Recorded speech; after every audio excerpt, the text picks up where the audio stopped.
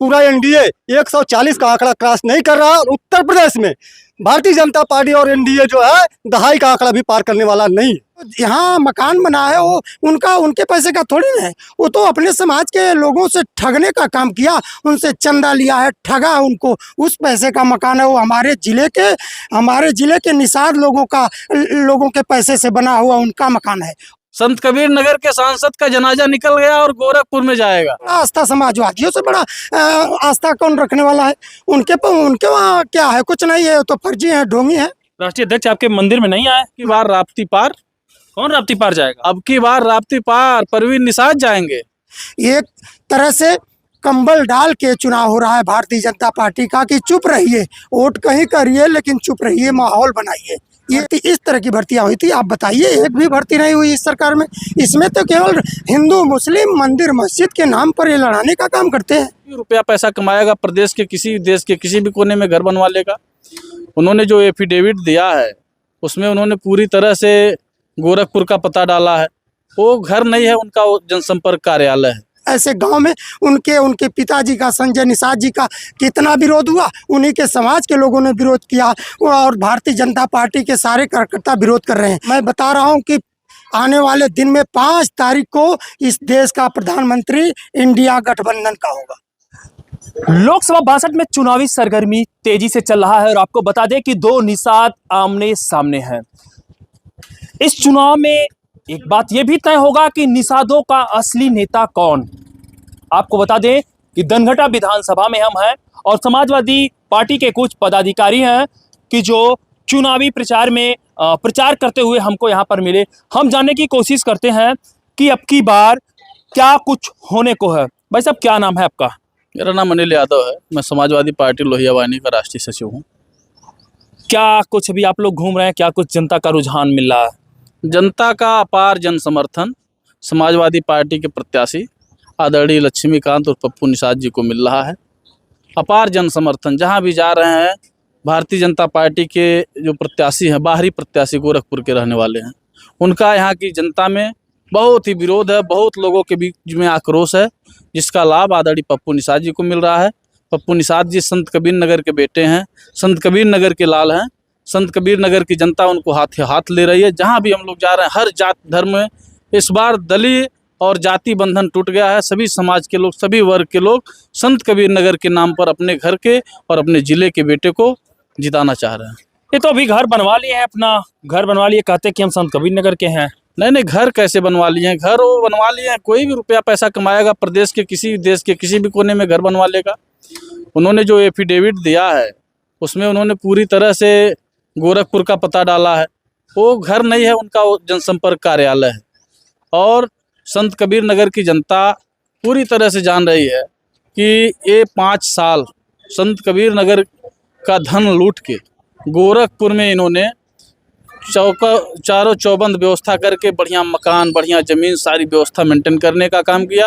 ये लोग गोरखपुर पे पान खाते हैं और संत कबीर नगर की धरती पे आके थूकने का काम करते हैं। तो अब की बार क्या नारा होगा समाजवादियों का? समाजवादियों का नारा होगा अब की बार राप्ती पार। कौन राप्ती पार जाएगा? अब की बार राप्ती पार परवीन निषाद जाएंगे। वो तो घर बनवाए यहाँ, तो वहां से कैसे जाएंगे? नहीं, घर कैसे बनवाए? घर तो रुपया पैसा बना के लेके कोई देश के किसी भी कोने में बनवा सकता है। राप्ती पार जाएंगे एकदम राप्ती क्या पार। कहना चाहेंगे, क्या माहौल है, जनता का क्या समर्थन मिल रहा है?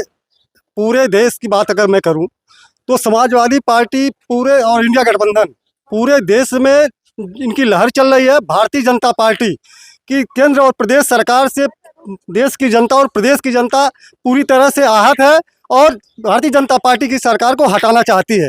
और जो मोदी जी का 400 पार का नारा था, मैं आपको विश्वास दिलाता हूं और आप बाइट ले रहे हैं, आप रख लीजिएगा कि भारतीय जनता पार्टी पूरा एनडीए 140 का आंकड़ा क्रॉस नहीं कर रहा। उत्तर प्रदेश में भारतीय जनता पार्टी और एनडीए जो है 2.5 का आंकड़ा भी पार करने वाला नहीं है।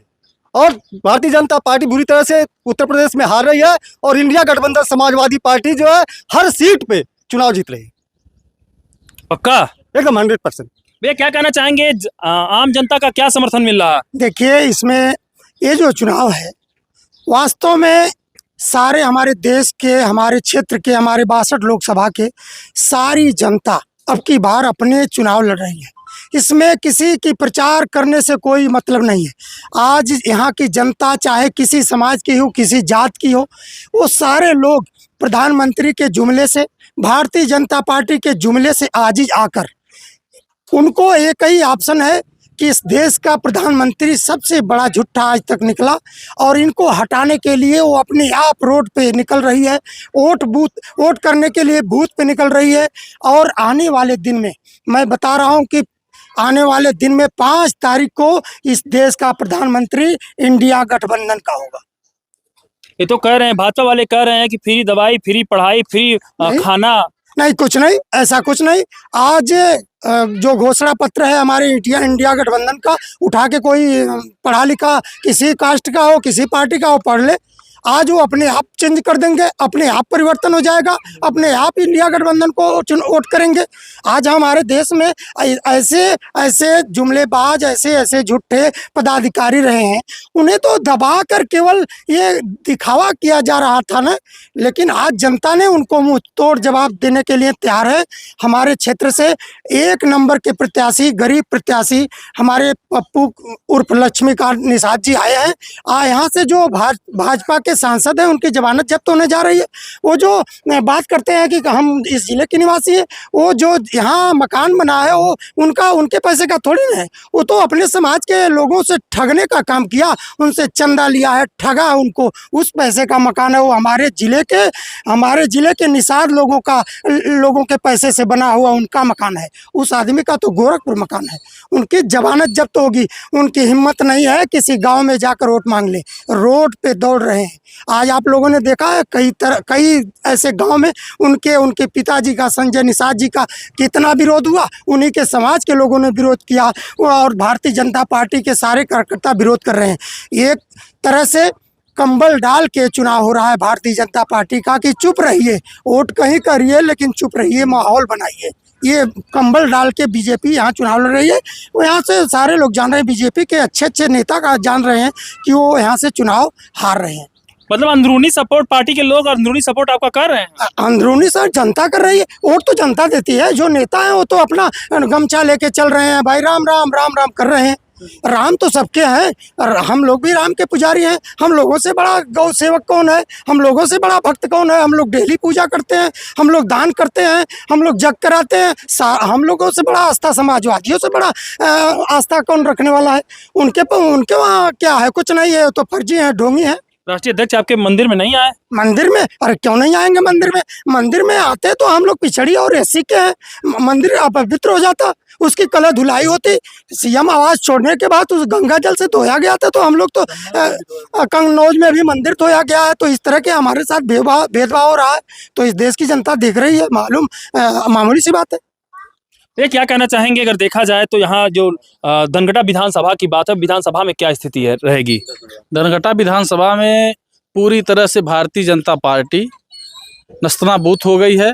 भारतीय जनता पार्टी के कार्यकर्ता हम लोगों को बुलाकर चाय पानी करवा रहे हैं, कर्म मेहनत से लगी आप लोग चुनाव जीत रहे हैं। ये स्थिति है भारतीय जनता पार्टी की। आज इस तरह से उत्तर प्रदेश ही नहीं पूरे देश का नौजवान अपने आप को ठगा महसूस कर रहा है। कहीं किसी को कोई रोजगार नहीं मिला। तो कह रहे हैं हम स्वरोजगार दे रहे हैं कि पैसा ले लीजिए हमसे और हम छूट दे रहे हैं, पैसा ले लीजिए, रोजगार करिए। पूरे संत कबीर नगर में एक नौजवान को आप बता दीजिए जिसको स्वरोजगार के तहत किसी को कोई लाभ मिला हो। एक नौजवान बता दीजिए। आज संत कबीर नगर ही नहीं पूरे देश का नौजवान अपने आप को ठगा महसूस कर रहा है। उनके आंकड़ों में कई सौ लोग इस तरीके से स्वरोजगार के लिए दिया गया है। कहीं से कोई स्वरोजगार नहीं है, कहीं से कोई स्वरोजगार नहीं है। संत कबीर नगर की जनता यहाँ के सांसद का इंतजार कर रही है। जहां भी जा रहे हैं इनके पिता का गिरहवान यहाँ की जनता पकड़ ले रही है। आम जनता की ये जो आप रोजगार देने की बात कर रहे हैं भाजपा की, इनके एजेंट जो ठगी करते थे, गांव में जाकर आपने सुना होगा कि गांव में जाकर के मैं आवास दिलाऊंगा। ये भाजपा के कुछ एजेंट थे, उन्होंने गांव में जा करके कि मैं आवास दिलाऊंगा। 20 लोगों से पैसा लिया, 40-40 हज़ार, 10-10 हज़ार, 55 हज़ार कि मैं इस गांव में।